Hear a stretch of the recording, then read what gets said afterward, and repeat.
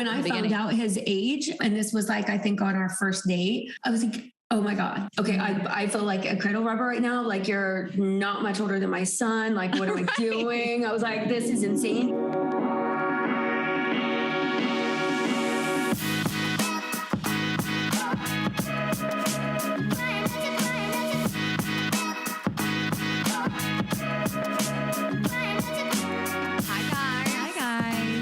Another episode of Girls Gotta Eat. Welcome back. We made it through the winter. It's here, guys. It's 70 degrees outside. It's sunny. I went to the park yesterday. Went to the park like a little dog. It was so nice. There was dogs everywhere. There was men everywhere. The men are on these streets.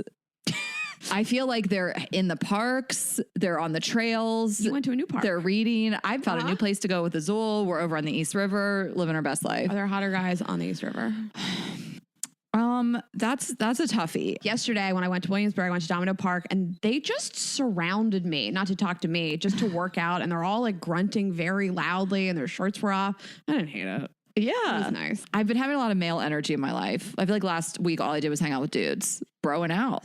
Male energy. Men in general, you need them. You know what I mean? A woman's job is to support a man. We'll talk about it. I got Ashley to watch We Crash. It's from We Crash. Okay. So we are on the road this week, guys. Yeah. We're heading out to Indianapolis, Pittsburgh, and Detroit. There's still some tickets left, probably. We don't know what's going on in Pittsburgh. You guys are a mess. Not you people, but, you know. Yeah, not the audience, but everything else.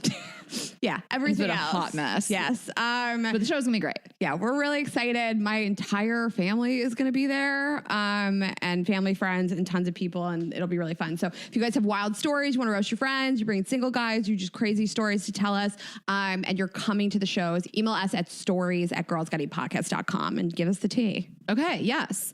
And we are announcing new cities. Oh, yeah. Some of the ones that are closest to my heart, and that is Philly, Atlanta, Nashville, and Boston.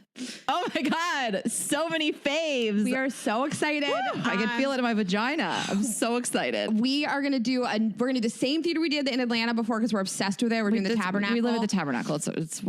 We can only play there. We don't care. That's it. I don't care. And we leveled up in other cities. We're doing the Met in Philly. We're doing the Wang in Boston on brand. And finally, Nashville. You guys have been asking for shows in Nashville and we are so excited to come there. Yes. So, oh my God. Do you have the dates? Boston is the 20. Shit. Hold on. Atlanta is the 17th, Saturday the 17th, and then Nashville is September the 16th. I just said the 17th. I didn't say the month. Atlanta is September 17th. Nashville's the night before, September 16th. Boston, Saturday night, holiday weekend, Halloween again. It's our Halloween tradition, the 29th at the Wang. October. You're all over the place. And then we're going to back up 3 weeks and go to Philly in October.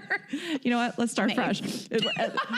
Nashville, September 16th. Atlanta, September 17th. Azul, I love you. He's on my lap. Philly, October 8th. Boston, October 29th. Yes, and we might be adding one more show to the run in Atlanta and Nashville. We're going to keep you guys posted. We're working on one more city. And if not, we'll be there soon. Everything else we're working on, we locked a date for the holiday show for New York. So we'll release all that soon. We're working on Florida and Ohio and all kinds of other stuff. So girlsgottapodcast.com for tickets. And those will be released next Monday, so the 23rd. Next Monday, the 23rd at 10 a.m. Eastern time. Right? Like really locking eyes with me. I'm not so if sure. You're in the that sounds right. So if you're on the West Coast, you got to go. But no, they're East Coast shows. So you're up. You know what I mean? I think I asked for 10 in the email we sent most recently. Yeah, I think it's going to be 10. Listen, so save the date. Wake up and get those tickets. I cannot wait. I mean, I love everywhere we go, but Philly is always like a hometown show. So is Atlanta, Boston. I mean, these are our favorite places. I cannot believe we're at the Wang. The Wang. Because we love the Wilbur, but we were going to do like 4 shows at the Wilbur. Guys, I don't know how we were going to do it. We were going to do it. I don't know how we agreed to it. We love it. The Wilbur is one of the best theaters in America. Yeah. But we're like, let's just do one big blowout at the Wang. That's not. And then the Met in Philly, it's iconic. We're excited to see you guys in the fall. Yeah. And then if you want, you can still get tickets to Toronto on June 4th. We have a Montreal show coming. Also, we haven't told people that. It'll be in July. Yeah, well, I mean, we'll let you guys know. Yeah. We confirmed it. We did. Yeah. Okay. Well, it's for JFL. Yeah. Yeah. So it's for Just for Laughs in Montreal during Just for Laughs. So We'll let you guys know. yeah. Stay tuned. So we'll see you guys soon. And now we are 3 weeks away. No. Yeah, 3 weeks from the new company, 6/6, save the date, all these dates to save, and we will announce it then. It's going to be huge, guys. Yeah. Huge. Yeah, so guys, we have Mary today from Selling Sunset. I am so excited. And just a couple weeks ago, we were saying, like, who would you choose as your realtor? Not knowing that we had Mary locked in. We knew that we wanted to have her on, but we still were like, we would choose Mary. So we love her so much. We can't wait to talk to her today. And, hopefully she'll spill a little tea for us and we'll ask her the questions that you guys want to know about her. But we're really excited. Did you watch the reunion? Yeah, girl. It was pretty drama free. I mean, Christine faked COVID, didn't go. And I don't know, it was nice to watch a bunch of people not rip each other to shreds, I guess. I didn't hate that she wasn't there. Like, I don't care at all. because it was like, they kind of were all, as respectful as they could be while still sharing their truth and telling the truth about these things that happened, some of the things of which involved Christine. And she wasn't there to gaslight and fake cry. I liked it. Like, people were like, I wish she was there. I was like, I don't, because I get so tense when it, I like that they were like, here's kind of who she is, what she did. Here, we proved that she did this thing with this bribe and yada, yada. And she wasn't there to fucking act crazy about it. And it was just so heartbreaking, like the Chrishell and Jason stuff. I mean, that was like the most that anyone had seen Jason emote, really. Mm-hmm. I love Tan France. I thought Tan did so good. He did not, like, he didn't go easy. I did not see this coming. I know. Well, I knew that he was hosting it and I was like, I hope Tan like really gets in there and asks the tough questions. And I thought he did an amazing job. I thought he was incredible. And I thought it was just nice to watch a reunion not be monopolized by people screaming at each other. Yeah. And Jason was crying and it was really beautiful and heartfelt. Oh, and I loved that Chelsea answered for her fake accent. She was like, I know everybody thinks it's fake. I've wanted to say it for a long time. Listen, it does sound fake, but she made it clear that like she's lived in a million different places and that's why she sounds like that. That's why Dorit sounds crazy too. I loved the fashion montage so much. When they went through it, I was like, I'm wet. Like when they were showing all the outfits, but also I didn't know Chrishell was going to announce the G flip thing. Did you know that? I didn't see that coming. No, but I think that was the only time it got announced because then it got leaked. Well, the photos of her got leaked. Right. So I guess she had to, but that was like, I feel like the big public announcement, and Maya's face was the confusion. I think for a lot of reasons, I think she didn't know, but she just was like, what is going on here?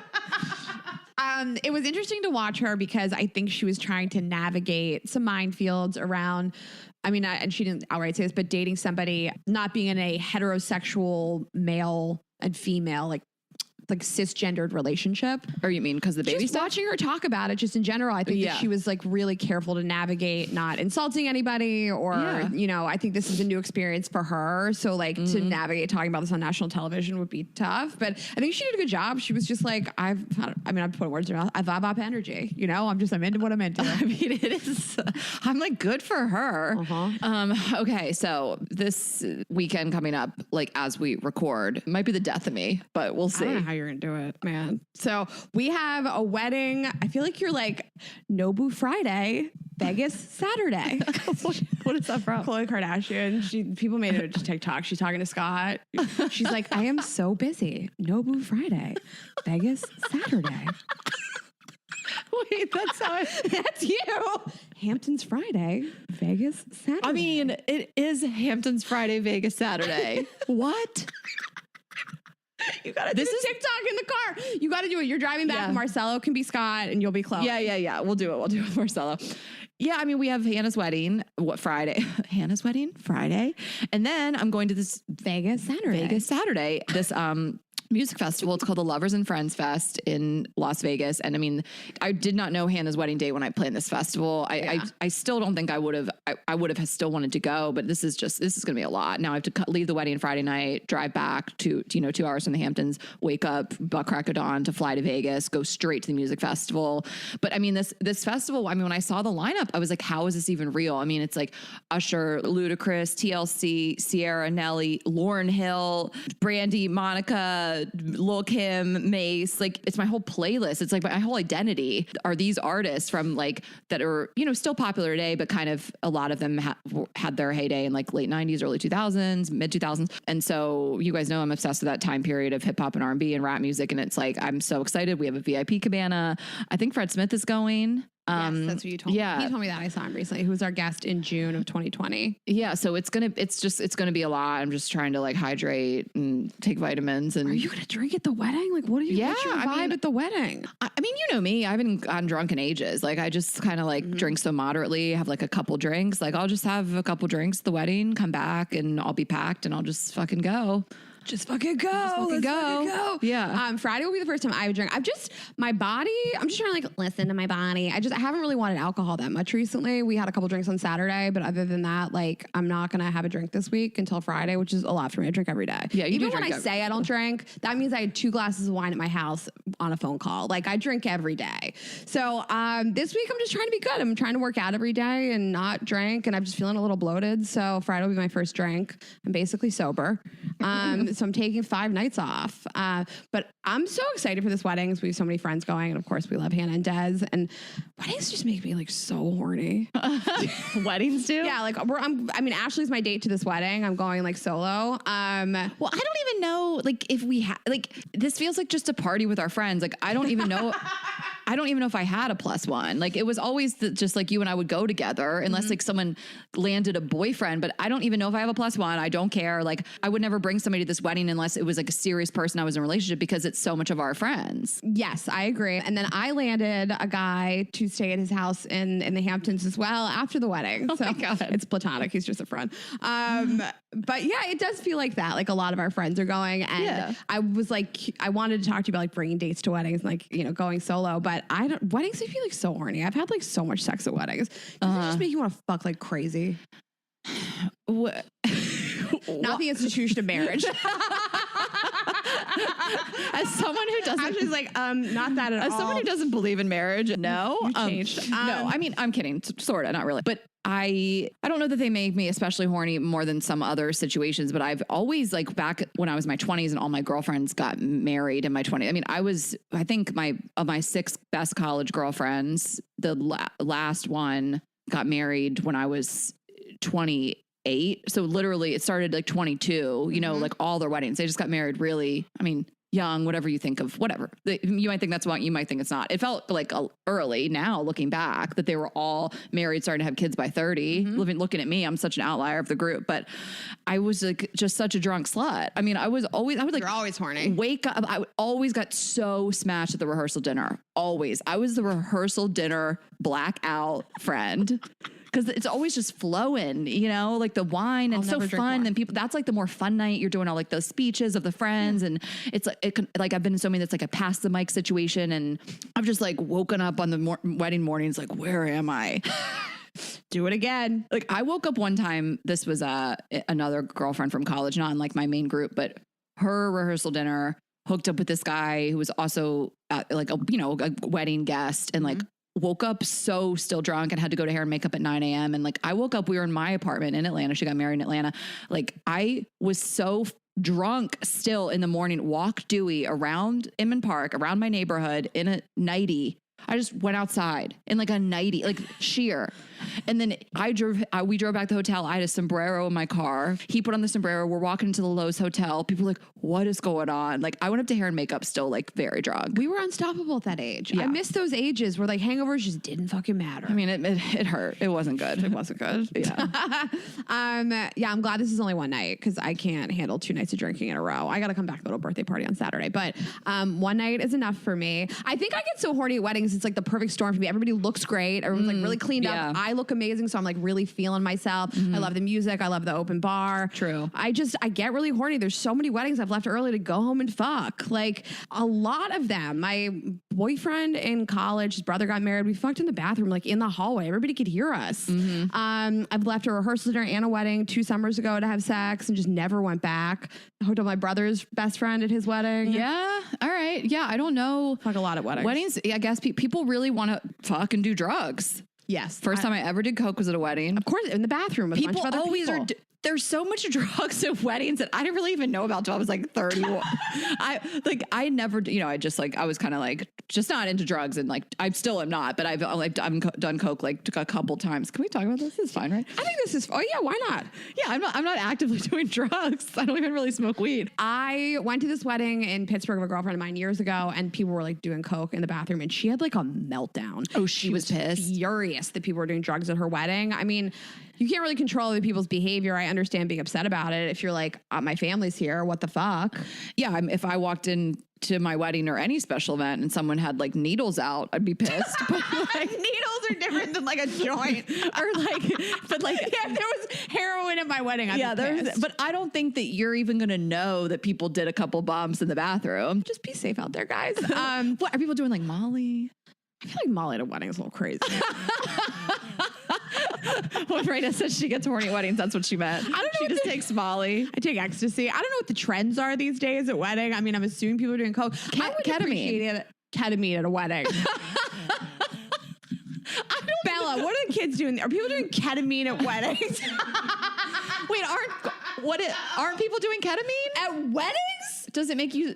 What does it do? It makes you sleepy? Fucked up. You're too fucked up to be in public. You're not hanging out on ketamine. Are you ketamine? Not like fentanyl. Ketamine is like a horse tranquilizer? I don't know. Ketamine you're young, fuck you up. I thought they were doing ketamine on White Lotus when he was eating that guy's ass. I thought they were like all hopped up on ketamine. Do you want to be so fucked up that you eat your boss's ass? I don't really know what ketamine does. I'm coming out as a person who doesn't really understand Let's look it up. I think it relaxes you. Yeah, it fucks you up.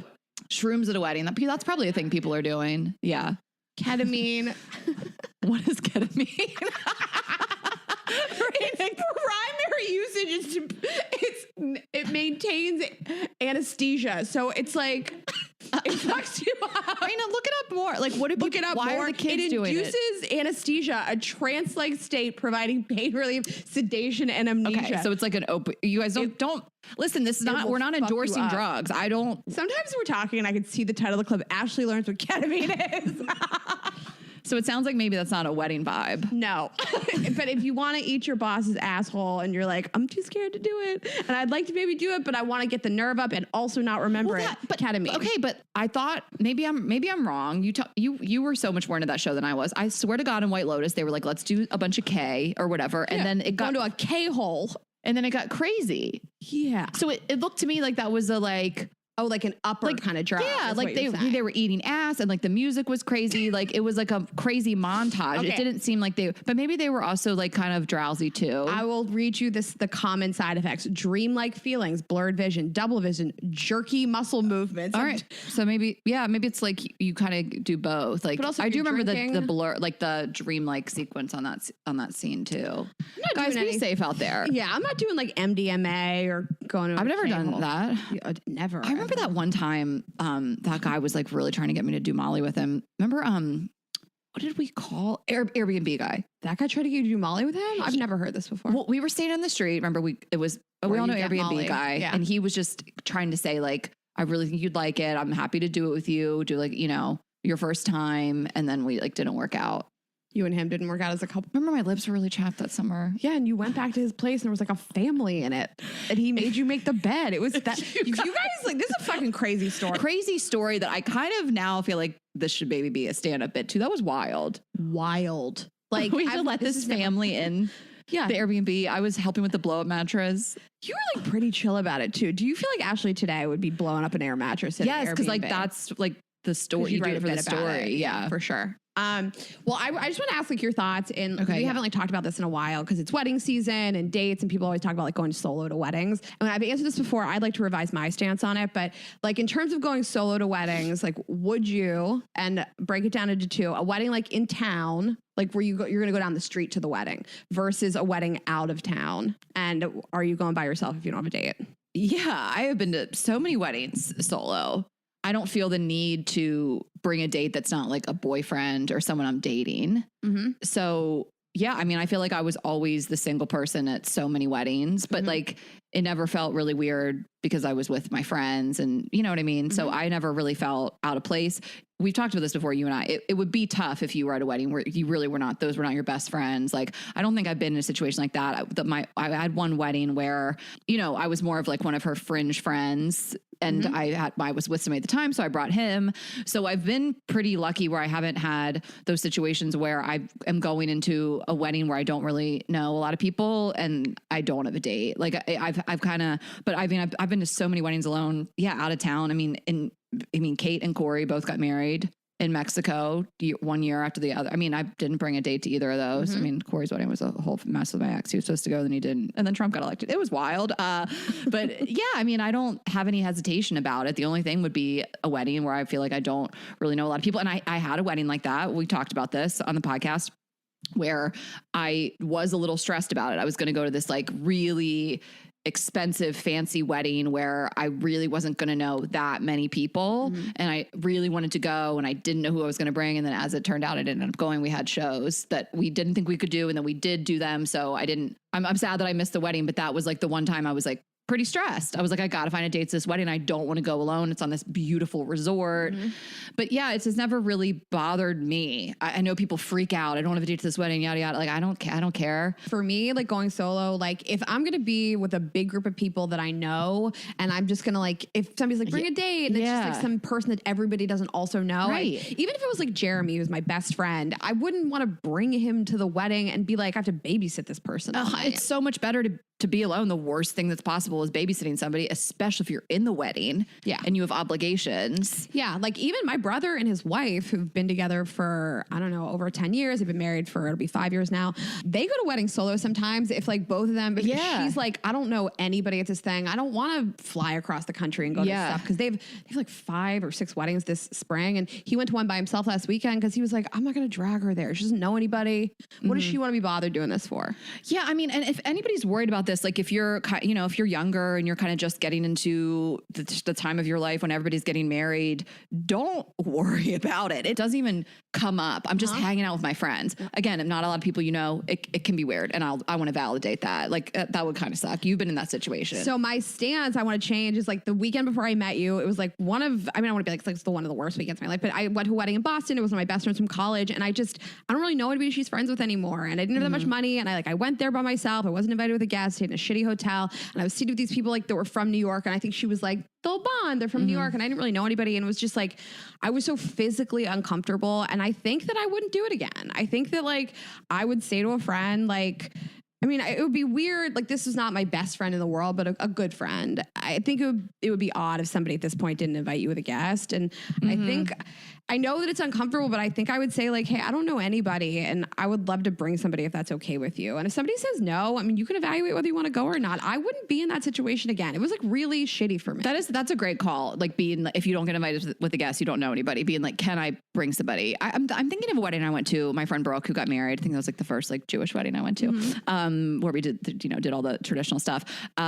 I didn't really know that many people, but I knew like enough that I like had a girlfriend that I texted beforehand and kind of felt out that was going to be kind of like my buddy at the wedding. You know what I mean? Like, I think you can usually figure it out, but if you really don't know anybody, like ask to bring somebody. I mean, it can be really uncomfortable. Yeah. But if not, guys, trust me, don't ever freak out about not having a wedding date. If a bunch of your friends are going to be there, you're going to fucking love it. You'll meet somebody there. It's going to be great. Don't stress. What? There's two songs you can't dance to because they're slow songs. No one fucking likes that anyways. Go to the bathroom. Do some coke in the bathroom while it's happening. Be doing some ketamine in the bathroom. Yeah. Go into a K-hole. You won't even remember you're at a wedding, you guys. I've been to tons of weddings by myself and I think it's really fun. I've always just sat with my friends. I don't give a shit. But if it's out of town and somebody invites me and I don't know anybody, I'm asking for a guest or I'm not going. I'm not spending a bunch of money to be uncomfortable. I don't like doing things I don't want to do. And as an adult, I'm not doing it. I'm not doing things I don't want to do. And I think that, listen, not everybody's on the hook to pay for your date to come to their wedding, especially if they don't know that person. I understand that like people have financial restrictions, but you can also say, I can't afford to come unless I split the hotel room and the car with somebody. And I think that's fine. I mean, we could do a wedding reboot. We did a wedding episode really early on, but I mean, I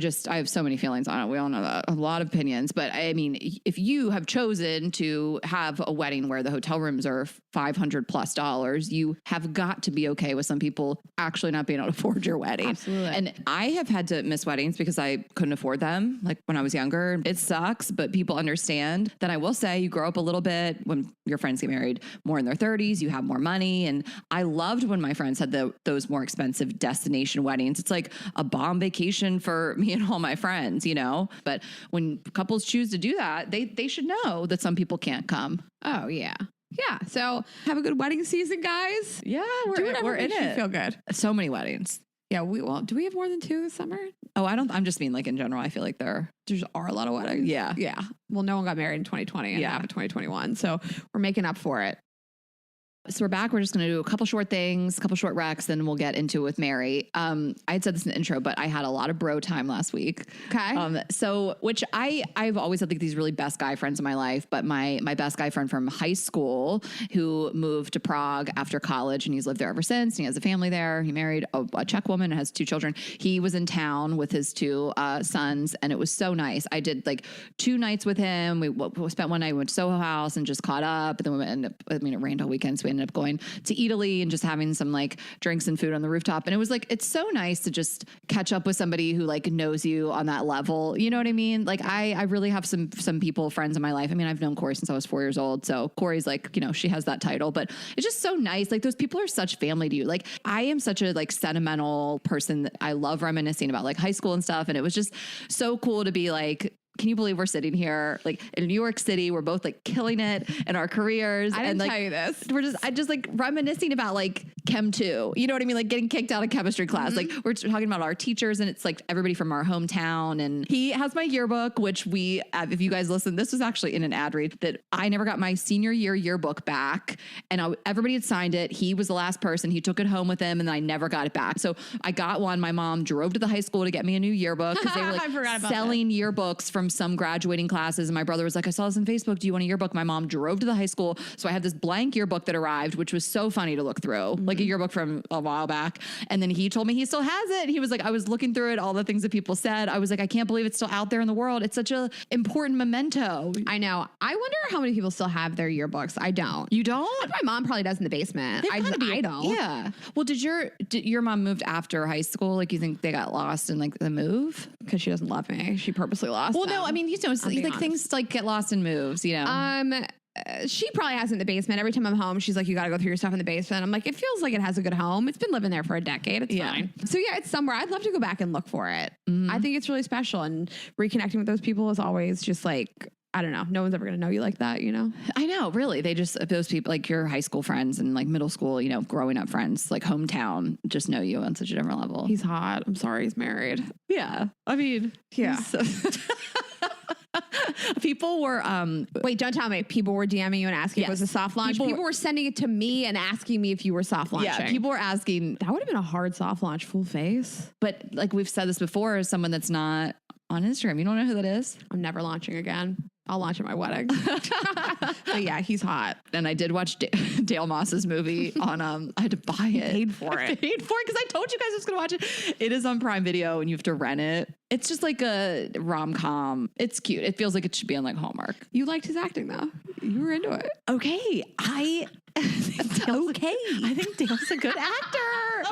Okay. I was into it. First of all, he looks so hot. Dale, I love you. I thought he was a good actor. I shouldn't sound so surprised. Like, he's a good actor. I would watch Dale do anything. I would watch Dale change a light bulb. I would watch him teach math. I would watch him literally do anything. So he was like this tennis coach. I fucked so many tennis players randomly. You, what? I fucked a number of tennis players in my life. I do not know this. In college and It's a thing for you. Like, I'm into mascots. You're into tennis players. I fucked one after your birthday last year. That's because like he plays tennis or he played a little. He was like a big deal in tennis. He was like, okay, he was like ranked. Yeah. And then a lot of like in college, I went through a tennis phase. You know, I'm the worst tennis player that ever lived. They cut 2 people from the JV tennis team in the history of the program, and it was me and my best friend when I was in 9th grade. I just wasn't good. I mean, I'm not that athletic. I'm not roasting you because I'm not that athletic. I would have been cut too, but like you're more athletic than I am. Well, I'm good at some stuff, but I think I'd be good at tennis now, and I do want to kind of pick it back up because it feels like such a thing that like so many people do. Like all my guy friends play tennis. Like a lot of my girlfriends do. I kind of want to relearn it. I would relearn it. Fuck some tennis dudes. Get back into it. If we ever get, that's the way to get me to stay out late. That's the way to get me to play a sport too. A guy. If we ever have a day off, if we have an hour off, I'll go play tennis with you. I feel like all the guys we know play tennis. Francis. They're always playing tennis. Hannah. Sean, Sachin, all those guys. Rishi, Ted Jones. Everybody plays tennis. All right, you guys, we're gonna learn how to play tennis so that we can have. I'm never gonna learn how to ride a bike, but I'll learn how to play tennis. Okay, my rec. I have been watching The Girl from Plainville. I am obsessed with this show. It is on Hulu. It's 8 episodes. It's about, you guys will remember the court case, Michelle Carter. She basically texted her boyfriend encouraging him to kill himself, and she went to prison for it, for assisted manslaughter. And it's a fascinating story. Elle Fanning is the star. She is phenomenal in the role. I hesitate to recommend shows before I finish them because like sometimes you start a show and like The Flight Attendant and 2 episodes are great and then it descends into total dog shit. Or no, the one you really got mad about. Clickbait, yes. They clickbaited me. Here's the thing. I don't like shows that are supposed to be about like just normal everyday people and suddenly like in The Flight Attendant she's fighting international assassins and breaking into buildings and she's getting past encrypted softwares and I'm just like, this is fucking stupid. Okay. I don't care about this, but The Girl from Plainville is so fantastic. I think there is a documentary on HBO about the court case, but you can just Wikipedia it for 5 seconds. And there is a new book that I just bought, which I'm just adding into Anna Wintour's biography. It is not an autobiography. She refused to be a part of it, but the author's name is Amy Odell, and it's supposed to be like the definitive biography of Anna Wintour. And just if you're into fashion and just New York media at all, the book just came out this week. So I'm really excited about it. Okay. And last rack. And then we have to let Mary in. Mike Cannon, one of our former guests who we just love him. He's a hysterical New York City comedian, is coming out with his special this week, May 18th. It's on YouTube. So you can just go to his Instagram for details. Mike Cannon. We think he is just like the absolute funniest. All of we watched his last stand-up special. We went to the filming. So truly one of the funniest moments on this podcast. I mean, I fell off the couch. I will never get over it. People still come up to him and they go to his shows and they're like, the cheese wedge. Like, what did he say? He was talking about he was like wrapped in a blanket. Yeah, the cheese, something about a gymnastics thing. We don't know gymnastics terms. But it was from June of 2019. I think we had him and Mike Feeney on the show, and truly one of my favorite moments ever of all time on the show. And he's incredible. If you guys want to just look for Mike Cannon and Mike Feeney when we had them on in 2019, his Instagram is I am Mike Cannon. He has great clips on TikTok as well. So we can't hype him enough. We think he's hilarious. We love him. He's really great. Okay. All right, guys, we are so excited to have this guest today. You know her and love her. We know her and love her. She is the baddest bitch in real estate. She is coming to us from LA. She is the star of Selling Sunset. Please welcome to the show, Mary Fitzgerald. Hello, guys. Hi. Thank you for having me. We're so excited to have you. I sprung this question on Raina, 2 weeks ago? I said, if you could pick a realtor, who would it be on the show? We both went back and forth. We both landed on Mary. On you. Yeah. Thank you, guys. Really, because she like knows her shit and she seems tough, but also like kind and like a person that has your best interest at heart and you'd actually like, want to spend time with. Not that you need to be best friends with your realtor, but I do. We do. Well, I end up becoming really good friends with most of my clients. So I think you spend so much time together and it's such an important purchase and just so emotional that you just somehow really become close because realtors know everything about their clients. You know all their financials, their every issue like that they have, if it's up or down or everything. And so I think you do just form a bond. Is this like the craziest market you've seen in your history? Yeah. In your career? Yeah. And I started in 2008. So that was when the market crashed and it had nothing on this. This is just, it was bad then. It's good now, but it's just crazy. I feel bad for all my buyers under like 4 million. Like I feel terrible for them because it's a shit show. Yeah. It's heartbreaking. Am I allowed to say that? Yes. Oh, okay. You can be as dirty and naughty and swear as much as you want. Yeah. I was so naive. Like the first time I put an offer in this house, of course I didn't get it. And then the next one I didn't get it. It's just like heartbreaking. And I just can't compete if people are coming in all cash, no inspection, crazy stuff, you know? Yeah, I know. You have to remove almost all inspection contingencies and appraisal. Even if you're getting a loan, you have to remove the appraisal and just like be willing to pay for like the gap if there is one, or get like double up so that you have two appraisers come out and hopefully one of them will hit. Right now, in the beginning, nothing was coming in at price because the appraisers were like, why are you paying this much over? That's not what the comps show. But if you have 10 offers all over asking, obviously the house is worth it. I mean, the market determines the value. So they kind of got on board. So most of the time that's not an issue anymore. But with a loan, sometimes you have to remove the loan contingency. Right. You know, if you really want it, just make sure the lender's like, I don't suggest it, but you're good. I have full faith. I can get this for you, but I definitely don't suggest it. You're like, okay, do it. It's so true. Like all the people are like, I wouldn't do it. And you're like, well, this is what we do now. This is what we do in a post-COVID world. Nightmare. I know. And every time I'm like, just make sure you're comfortable with it. Just, I don't want to tell you to do it because I don't want to be that bad guy. But if you want the house and your lender's saying, and most of the time, a lot of my clients use a lender that we use a lot. And if he says he feels confident, I'm good. Because he's never let one thing fall through. I mean, he's incredible. So if he gives a thumbs up, like a hesitant thumbs up, then I'm like, go for it. A hesitant thumbs up. Yeah. I love that. Yeah. Well, hopefully we're on our way to buying a house with you soon. So we'll talk after. Yeah. So we're just like such a fan of the show and you, and we just have loved watching your, I guess, journey on the show. And so we want to talk to you about all kinds of stuff today, but I feel like, I mean, Ashley, I've talked about this on our show that like the last couple of seasons of Selling Sunset have been sort of overshadowed by like certain types of drama. And I would have loved to dive more into your and Romain's relationship because there was like a couple different times where we saw scenes where you guys are talking about money and buying things together and a wealth disparity and an age disparity. And then the camera cuts to like drama and fighting. And I'm like, wait, I want to go back and hear more about this. We want the Mary and Romain show. We are... We think he really like the first season, like didn't get enough airtime. And then he's so like funny, like his one-liners were like, give us Romain. Oh my God. If you guys could see him, like what you guys see on the show and then what he's like in person, he is so funny and so outgoing on the show, especially season 1. It looked like people were like, he can't even speak English. He doesn't talk. And I'm like, this man doesn't shut up. Like I literally almost go insane because he comes up and he's like, he's like the Energizer bunny. And he wakes up in the morning. He's like, my baby, and starts the minute he wakes up. And I have to have like 2 cups of coffee first before I can even say a word. And he's just like running all over the place, all happy and chatty. And he's so funny, so just outgoing. And I think because he just calls people on their shit and he's so nice, so laid back, like in a certain way, very energetic, but laid back as far as being cool with everything. But when he has something to say, if you offend him, it's like, watch out. And he's so stubborn. He will not change his mind. Yeah. He's just like blunt. I love it. He just like says it. You're like, oh.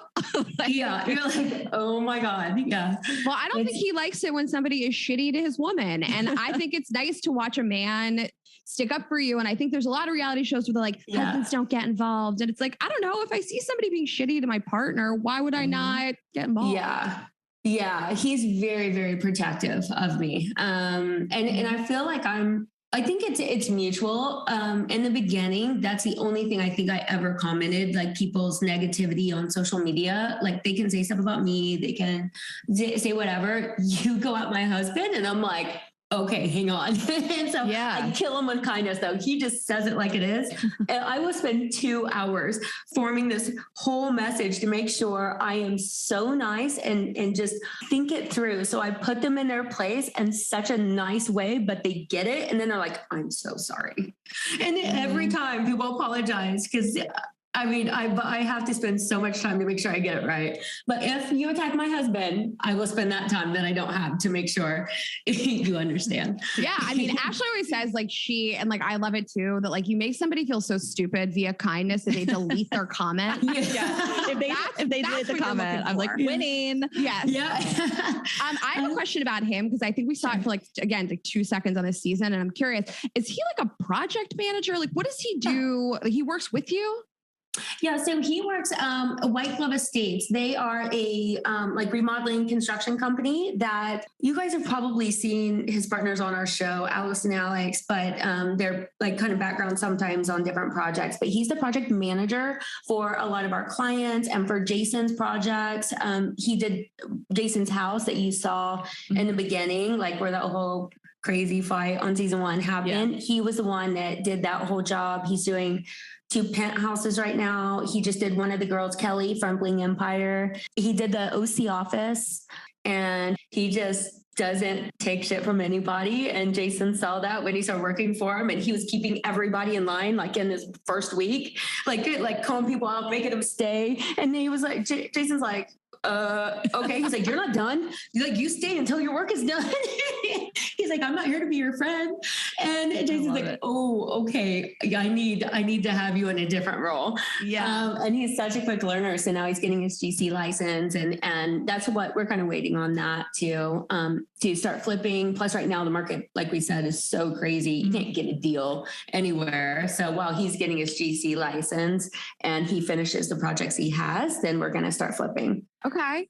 I think that it's really nice to listen to you like talk about your partner and how proud you are of him. And I'm sure you get asked a lot of questions about like, what is it like to date somebody so much younger than you, be married to somebody so much younger than you. But I think that the fear, at least for me or for other people, is like, are they so young that I'm never going to be able to be proud of them? Am I always gonna be like mothering them and babysitting them? It seems like you're really like impressed by him and excited. I think that's really nice and special. Yeah, no, Romain is so mature. I don't have to baby him at all. If any, he's probably more mature than all of our friends that are mid 40s. So he's turning 29 next month. I know, I'm like, he's such a baby. I'm like, but he's 24 when I met him. So was it a concern then? Like, or did it, what do you guys have between you? Like 10 years? 10-ish years? 13 years, I think. Okay. Whatever. Because I'm turning 42. 10 plus. So I went through a stage where I just kept dating guys that were all like 10 or more years younger than me. And I don't know. It's obviously I'm single now. It didn't work out with any of them, but were you ever like,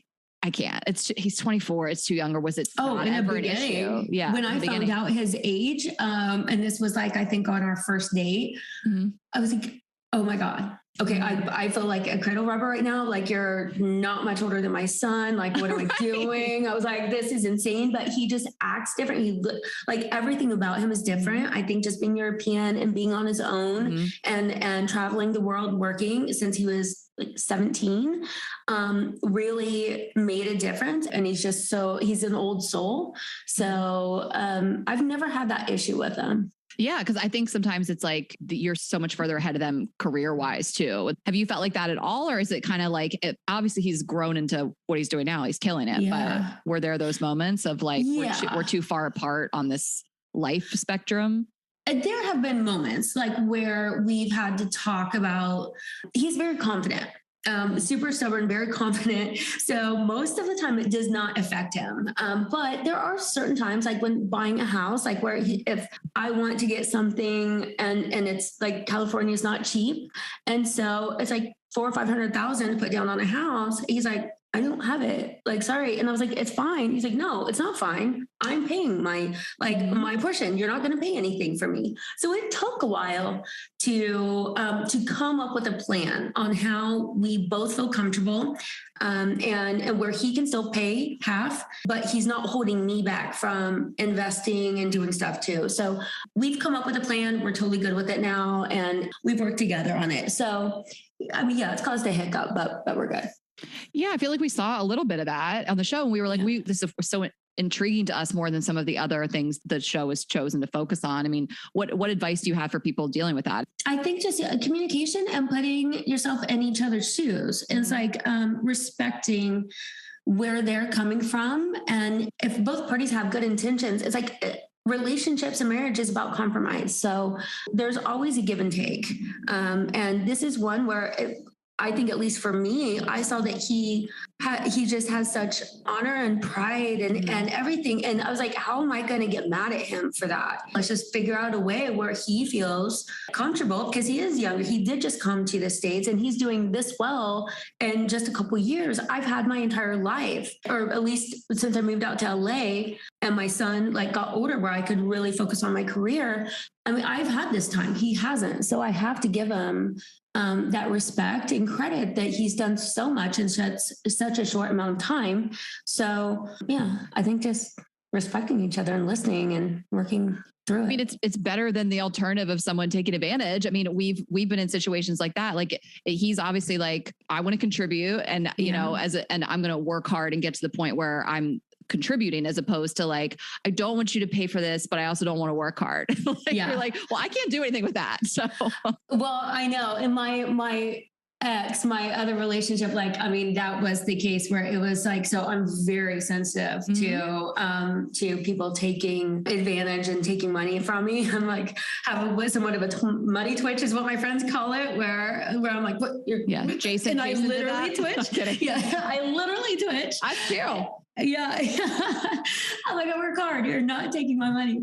But Romain's a polar opposite. So I think it's a breath of fresh air that someone actually wants to work for their own money and they want to contribute instead of just having everything handed to them. Yeah. And I loved, again, like the scenes, I didn't get enough of them, where he was like, absolutely not. Like, I am contributing to this. And, you know, I've hammered this on the podcast for like an entire year, you know, of somebody taking, but I think it's also fair for somebody to say, okay, you make 10 times more than me, but I will contribute 20% of what I make this month if you contribute 20% of what you make that month. And there might be... he refuses to do any less than half. Okay. Mm-hmm. He is the most stubborn man ever. Like, I'm not joking. Like, where I love it. He's so he just has so much pride, and I love that about him. But he's like, no, I will pay half. What you guys have is such a great equality and like mutual respect of like, we're split down the middle. Like, we're equal partners here. Yeah. And maybe some people think it's weird, but for us, and I think for his personality and then what I've been through in the past and where I have like triggers about that, it works for us. And I think we're both very comfortable doing it this way. I don't think it's weird. I think everybody has their own boundaries. And like we've said on the show a lot, like you can talk things through and sometimes the answer is just, it's not going to work out. You know, if your boundary is, I want to be with a man that pays for every single thing and it feels like you're on the hook for everything all the time, then maybe that's just not your guy. Or if he wants me to go 50-50 with you. Like if somebody just isn't contributing, maybe that's just not your guy. You can talk about it until the end of time to really in your face, but that just might not be your person. Exactly. That's fine too. Yeah. You know? So I feel like on maybe this most recent season, you talked a little bit more about your story being such a young and single mother. Like we don't need to talk about your whole journey today, but I just find it so inspiring. And you're so open about like, it was fucking hard, you know, and it was. And obviously that was a while back, but how did you navigate? What, you 16 when you had your son? I was 16. Yeah. I think I was 15 when I got pregnant. The first guy ever, my boyfriend at the time, first time I ever had sex. I mean, it was just like, if something could go wrong, it did, but I would never change it. I had the most amazing son out of it. But his dad wasn't, I mean, we were kids and he wasn't, I don't really think, I found out once I was pregnant, not really from a good family. And it wasn't really something I thought was good for my son to be around. But thankfully, I didn't have to make that decision because he bolted anyway when he was about 6 months. So it's just been the two of us. And so I went to college and I don't know, I just never wanted to be that stereotype. I feel like there's a couple of things that probably led me to it. I have kind of that personality anywhere where I want to show myself more than other people. I don't like to disappoint myself. And so we were very Catholic at the time, went to Catholic school. And when I got pregnant, I did what the religion said to do and have the baby. And I knew some of my friends had all had abortions and stuff like already. But all their parents and then like, they all acted like I was just this terrible person for getting pregnant. I'm like, I wouldn't say anything, but I'm like, I know what has happened. And I wouldn't say it, but then everyone just like showed me I wasn't allowed to do like the confirmation or anything like that. The church kind of like just looked down upon me. So I feel like that changed me a little bit, where I wanted to prove to myself that I wasn't a failure, I guess, in some way. And that by no means makes someone a failure, but I just didn't want to become the stereotype where I'm like, just going welfare, I'm from Indiana in the middle of the country. So I didn't want to do that. I wanted to give my son a life. I wanted to give myself a life. And there are many things along the way, I think, that maybe pushed me in that direction. First of all, I didn't have a choice. I had to work my ass off. Otherwise there was not going to be food on the table. So didn't really have an option. But I think a lot of experiences that you go through make you who you are. Yeah. It's so foreign and so impressive to me to like go to college and work and like have a child, you're going to classes, you're doing all this stuff and you have someone who's like relying on you. I don't know if anybody's ever seen it. I have scars all over me. But because I got in wrecks all the time, I would fall asleep driving. Oh my God. So exhausted. Because you were just so exhausted? Yeah, I would just fall asleep. Everyone thought I had narcolepsy because I would just I'm just a working mom and going to school. I would legit, I would leave first thing in the morning, and sometimes my family would help. Sometimes it's not going out and having a life. No, never. They were like, you chose this, you are going to be responsible. If it had to do with school or work, sometimes if they were able to, they would watch them in between, but I would typically go do, like for college, my clinical work, and it was downtown Indianapolis. And then, so if the daycare center opened, like after I had to leave, my dad would come pick him up and take him there for me. And then I would come back, pick him up, take him to another sitter, go work, to like pay for things, and then go to class and stuff. So it was just basically bouncing around from sitter to sitter for a couple of years, which I felt terrible about. Well, you do what you have to do. I mean, it's what it is. I couldn't have kept a plant alive. Well, I still can't keep a plant alive. No. It's really, I kept a kid alive though. Thank God. It's incredible. It's like really admirable. And yeah, I can't keep anything alive and I'm in my 30s. So I don't know how you did it at that age. It's really incredible. And then when did you guys move to LA? It was in 2001. Oh, you've been in LA a long time. Got it. Okay. I think it was 2002. Yeah. Okay. So you've been mom and dad his whole life. Pretty much. Yeah. My mom watched him for about a month when I first moved to LA. So where I could get settled, find a place, find a school. And then we came back from London and he started school there in Arizona. And then to finish up school, he didn't want to move. I got a job in New York. And so for a couple months at the end of his high school career, he wanted to stay there. But so my family's amazing. They pitch in whenever they can. But when I was young, they definitely were not going to let me get off easy. And I think that's they the way wanted to teach me a lesson. Yeah. Yeah. And you never had sex again. It was the right thing to do. Yeah, it was the right thing to do. I wasn't super happy about it at the time, but they were right doing it. Was dating an issue? Like, did you have time to date? Introducing him to new partners? We get that question a lot from listeners of like, I'm a single mom and dating. When do I introduce? Do I, Oh, I made many mistakes as far as that goes. I'm like a serial monogamist. So I hate dating, like despise it. And so I was always in long-term relationships, either just single or a long-term relationship. I feel like I just handled it wrong. If I'm really honest, I thought at the time that when I would meet somebody, maybe like a week or two in, I'm like, okay, I would introduce them to them, because I was like, if they don't get along or if they don't like them, then there's no point, because we're like a package. Well, then he's meeting like all these people, because I mean, how often do relationships like not work out after a couple of months? And so then my son's just meeting all these random people. And so I was like, that was it. In hindsight, I thought I had good intentions. I wouldn't do that the same way, but luckily it wasn't. I don't date a lot, but yeah, I wish I would have been a little bit more protective and just and dealt with that with the guy and not bring my son into it until I was like, sure, like this is going to work out. But I also know what you mean. I know you're like, well, if you don't get along with him, then why let's not continue. Well, the notion is protective, right? It's like, if my son doesn't like you, then get the fuck out of here. Like your instinct, and you hear that a lot. You know, if my kid doesn't like you, I'm not interested in you, especially it's a son who's protective of his mother. So I don't think you do anything quote unquote wrong. I think you hear people say this all the time, that like, my man's got to meet my kid before he gets to like, you know, the second date with me. So like, looking back, what would like, is there like an amount of time you would wait or anything like that before you would tell your son? I still don't know. I mean, I'm lucky I'm married now, and hopefully it's going to last forever. I think it will, but so I don't have to worry about that. But I don't know if there's an exact number or how long like you should date before. I think it's like you go on where you guys are at and the connection and how serious you are. But I mean, I think I would have waited longer than I did. I have a question, because you seen it, you showed this in the show a little bit. We had some questions about it also. And you can talk about this as much or as little as you'd like to, but in terms of like your fertility journey, are you guys trying to have kids? And if you don't want to talk about it, we don't have to, but no, that's okay. That's okay.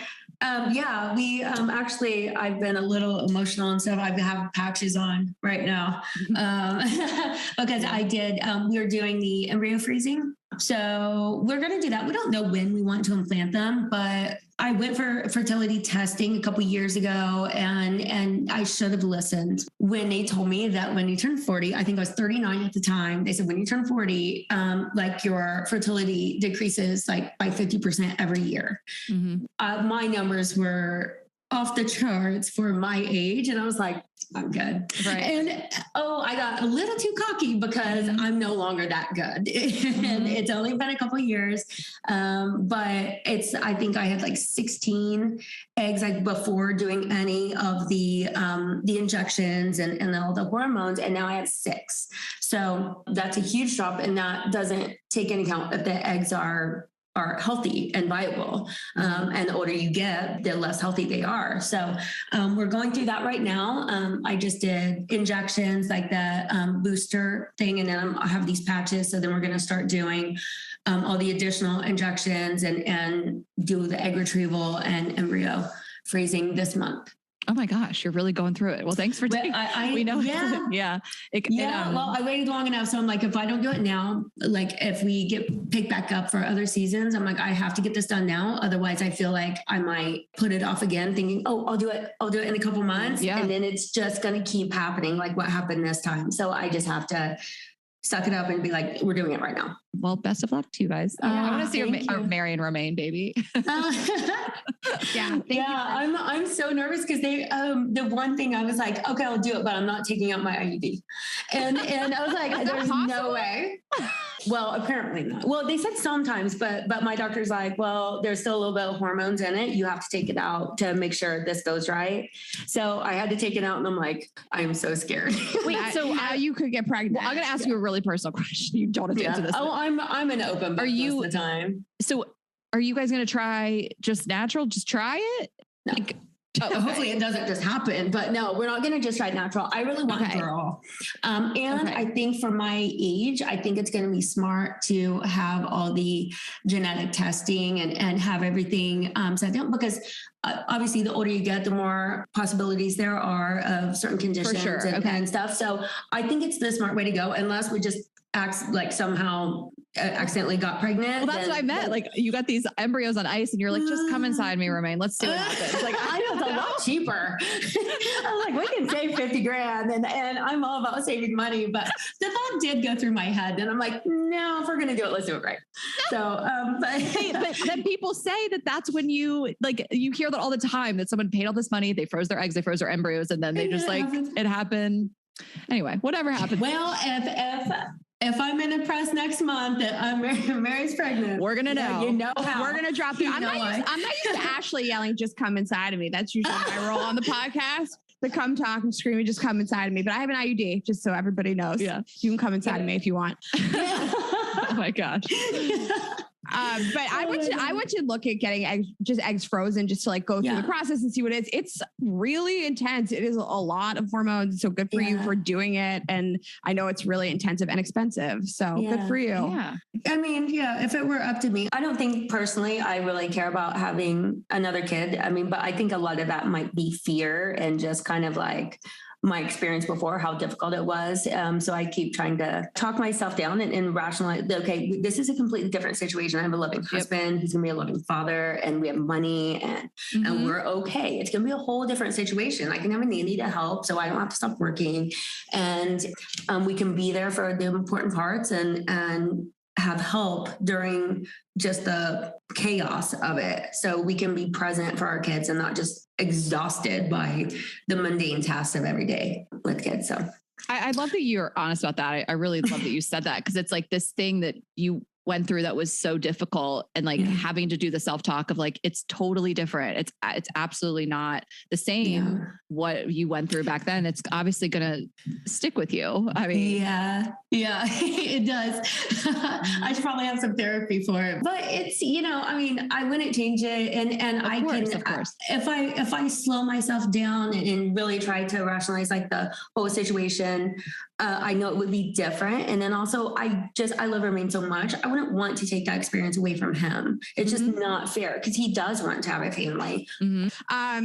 So we just saw you like really manage like a very toxic friendship over the last like few seasons. And we love talking about friendships on this show. So you don't have to get too personal about what happened there if you don't want to. But you were super close to somebody that was on the show, and then it turned really toxic, and just sort of watching you navigate that was really interesting, because I think we've all had those kind of friendships in our lives. I certainly have, where you like love somebody so much, and there are so many good experiences between the two of you. And you have this history where you're like, I know you all think this about this person, but they have a good heart, and I've seen this good thing in them, and that it slowly falls apart, and it's hard to know like when to walk away and how to walk away, especially when you have the same friend group. Yeah. You work together. Yeah. And you have the world chiming in and giving their opinions too, like throughout the whole thing. I feel like I give everybody a lot of chances. Like when I love someone, I love them. And I probably let that go on for way too long, because I just kept thinking back to a time where it was something different. And even though in my gut, I knew things had changed and I just needed to walk away, it was very, very difficult for me to do that. I kept thinking I could help or I could make a difference. And obviously that's not the case. And sometimes people change, and that's life. You grow into different people, and you're not meant to be in each other's lives anymore. And that's okay. I think it happens for a lot of people. It's just not shown, like every aspect of it isn't blasted out to the world. So, you kind of move on and you have other friends, and some of the people aren't really in the office anymore, and they're not really friends with all the same people anymore. So it hasn't been that difficult for a while, but I think as a manager, having to try to deal with things, then that made it more difficult. Yeah. Also, that position on top of it. I mean, I feel like you are this person that like wants to see the best in everybody, and you're loyal, and you, like you said, you're like, I love somebody, I'm like going to try my hardest. You seem like you don't just throw people away. And I think you've tried as hard as you could. I feel like I have. We watched it. We were like, Mary, oh my God. And you're just like so walk away. Yeah. Do you spend a lot of time with everybody outside the show, or a few people? Like, who are you? Most people. Yeah. Okay. Yeah.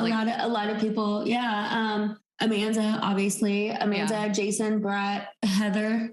She and I are really close now. Awesome. Chriselle, Emma, obviously my husband. Yeah. Yeah. Most of us. Yeah. I mean, I hope I didn't just forget somebody, because I'm like, seriously? They're gonna be like, I've done that with Amanda before. She's like, are you kidding me? And I was like, you're a given. I was like, you're my best friend of 20 years. Obviously. I don't feel like I have to say you're one of my best friends. Of course you're my best friend. You're like the best friend. We loved your guys' friendship so much. Like when she came along, I felt like that was like the best addition to the show, and just seeing you guys. Like, she's amazing. Rain and I just both like, we don't even like the like tense toxic fights as much as we just really like the friendship moments on the show.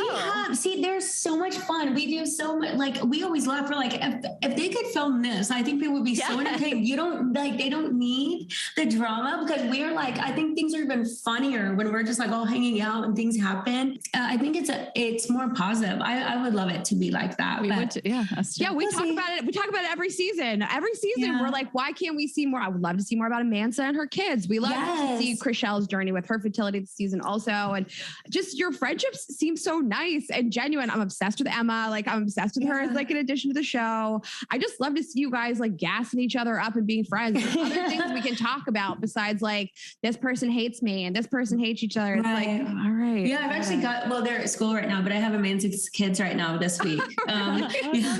Yeah, she's out of town. So I'm spending time with my little kind of niece and nephew. Yeah.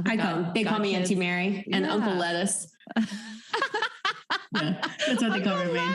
Yeah. Wait, I'm so glad. Okay, so we have like a bunch of rapid fire questions. One person asked you ever call him Romain Lettuce, and I deleted it from the outline because I was like, no one does that. That's so funny. Yeah, the kids they call him Uncle Lettuce. It's so cute. I have a question for you. It came up, but I want to talk about the fashion on the show. Do you have a stylist or do you style yourself? Where do you pick out all of your looks? I don't have a stylist for everyday like stuff, like in the office. If we go to events, then I'll get a stylist for like red carpet things or to whatever parties, like so. But just on a normal day, no. Most of us just do it ourselves. There's a couple people that have a stylist, but okay. Yeah, I just go to work, so I'm like, this. Yeah, we're like, you guys can probably guess. Have you ever hooked up in one of your listings? Oh my God. Have I? With like, you know what? I should never admit to this. It was a really long time ago. When I first started in real estate, I may have. I'm way too professional now. I never would now. Yeah, you didn't say anything. We said it. Yeah. Was it in the bedroom or the kitchen? Oh my God, Raina. You're too professional to say it. I'm not. Yeah, I'm gonna leave it at that. Okay. No, I would never do it in someone's bed. Oh my God, no, never in someone's bed. That would be way. Yeah. No. No, it was in the bathroom. Okay. I feel like that's the room you're less likely to mess up. You can just grip the thing and walk out the door. You're not messing up a bed. Good for you. I don't know why I open up so much. I'm like, why do I say these things? We love it. This is what people want. People asked about you and Jason. I mean, I just feel like it's two mature adults that dated at one point. And I mean, was there ever any weird transition from dating to friend? And working together? Okay, there was. I think it's the same thing that people are saying with him and Chriselle right now, where you just have to have time, like maybe 6 months or so, I think is a fair amount of time to just heal and get a grasp on what the new relationship looks like and kind of heal enough to be able to see the person with someone else, because that's tough. We're all such good friends. We hang out all the time. So I think a lot of times, people want to go on a date to try to get their mind off of it. But then when they're doing it right in front of you, you're like, okay, asshole. So you have to take that time, to just figure out things for yourself. Both sides need to do that. And then it's easy because Jason's such a great guy. And for the two of us, I always knew he was supposed to be in my life. And my sister did not understand it. She's like, he's hurt you. You're crying. Why would you want him around? I'm like, I don't know. He's supposed to be in my life, just as friends or whatever. It's I know this. And it is he's one of my very best friends and we have a better relationship now. I wouldn't trade it for the world. It's even weird to think of him as a boyfriend. I'm like, no. I mean, but we're all just family. He's like my brother. That is so funny how things evolve. I have a best friend that I also slept with, and now I look back 6-7 years ago. I used to cry over him, and I'm like, I cannot believe that I cried about you. Yeah, and you're the wrong partner for me. Also, you're not the right match. Yeah. I mean, sometimes it's just there's a reason why you were attracted to each other. There was something there which you can still love about the person and respect about the person and be friends because of that connection, but doesn't have to be a match in a romantic relationship. So. When did you guys date? Way before the show, right? Why am I Oh yeah. But way before the show. Years before the show. Probably. I don't even time. I'm so bad with time, but probably 4 years before the show. Okay. Yeah. So, I mean, was it even between the breakup and the friendship, was it years or months? I mean, it was about 6 months. I think that, after we broke up, I mean, there was a transition period, where, he broke up, but then we would still go out, and it was like a back and forth kind of thing. And then it just kind of faded out. I would say about 6 months after that, then we were just able to become like super, super good friends where there was like no romantic thing going on whatsoever. And we didn't even look at each other that way, really. I love to see it. I think people like you said, probably say that to like a friend or a family member. Like, I just feel like they're supposed to be in my life, and your friend or family member is like, what the fuck? Like, you know, but if you feel that feeling, and it's not like they did something terrible, it didn't work out, even if you got hurt. We're in different places. Yeah. It's like he wasn't able to commit, but was like very loving. And still, we have like a very special connection where if one of us gets stressed out, it's like we have the ability to just calm each other down immediately. We're like, come here. And so like, I just like give each other a hug, and it's like, you can almost feel like our breath just like, okay. And we're just calm. We're like, okay, thank you. And then we're good. But there's just like this calming effect. It's hard to explain. But you're like each other's safe space, kind of. Yeah, as I like think corny so. as that sounds. Yeah, I guess so. Yeah. It's like, we always have each other's back, and he's always been there for Romain and me. If Romain and I get in a fight, I know where to look for him. He's over at Jason's house. Like, I was like, Jason, will you send my husband home? Yeah. Love it. So, yeah, So interesting, the dynamic. It is like they were in your wedding. I feel like I know so much about you. It's so embarrassing. Was it, I guess weird, it's not the right word, but you know, so he dated one of your best friends, and you're a married woman, but like, what was it like being like the friend in between? Was that ever like, please don't talk to me about your relationship, I love you both so much? I mean, just in terms of being friends with two people. No, you know what? I mean, I helped them hide it for quite a while. I think the only time where it got a little, I thought they were cute. I loved them together, but I think right after they came, like they announced, like we were in Greece, and they were very cautious of any public affection when we were out like in public or whatever. And so we were in like this sprinter van kind of thing, but the seats were facing towards each other, and there was only like all of our legs, like we're facing each other, but our legs were like almost touching. And so it's like, we're that close. And then they were so excited to be able to be out and be able to do what they wanted. They were like making up right in front of me. And it was like, their faces were like right here. And I'm like, this is like, and I just funny. Like, this is a little too close, guys. I think it's so awkward. That's so like, funny. Right in my personal space. You're like, I feel like I'm back there again with you, Jason. Yeah, I didn't care. I love that. I mean, it's been so long ago. I love both of them, and they were so happy. I loved it. Good. Made it like broke our hearts. Yeah, broke our hearts. Well, Mary, thank you so much for joining us and being so open and honest. And we love this conversation. So thank you again. Yeah, of course. Thank you guys so much for having me. Yes. And we will hopefully see you out in LA. You can help us find a house in January. Yeah, come by the office next time you're there. Definitely. Okay. Yeah, we will. We'll tell everyone where they can find you. You have anything you want to promote, your Instagram, whatever you want. Tell our audience your where listings. They can, yeah, sure. I've got some coming up so soon. The Mary Fitzgerald on Instagram, TikTok. So the Mary Fitzgerald. Awesome. Okay. Follow me, guys. Mary. Okay. Bye. Bye. All right.